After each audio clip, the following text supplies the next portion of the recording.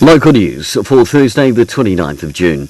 Saturday the 1st of July marks the start of Plastic Free July. It is also when Featherston supermarket shoppers can ditch their plastic bag for a free handmade tote. Featherston is the latest town to join Boomerang Bags, an Australian-born scheme to help reduce the use of plastic bags by providing reusable tote bags that shoppers can borrow for free and bring back.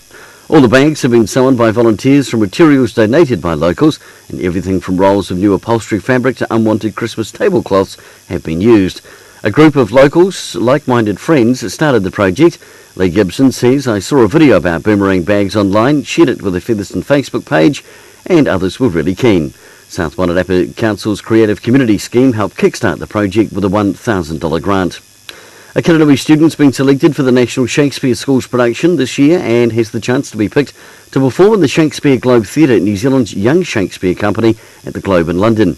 Tommy Layburn's outstanding performance in Pericles, Prince of Tyre, that won over selectors at the recent Cheerlewin Shakespeare National Finals, is the reason. The Kirinewi head boy is one of 20 students selected from the finals to take part in a week-long workshop during the spring holiday in early October. And in sport, Daleville continued to be dominant in the Wellington hockey competition. Last weekend, the men beating Northern United 3-1 and sit second, while the women destroyed Toa 10-0 to sit 2 points clear at the top of the table. And in Prem netball tonight, Celtic play Carterton Reeds, and tomorrow night Harcourts play Waikol and St Matthews take on Gladstone.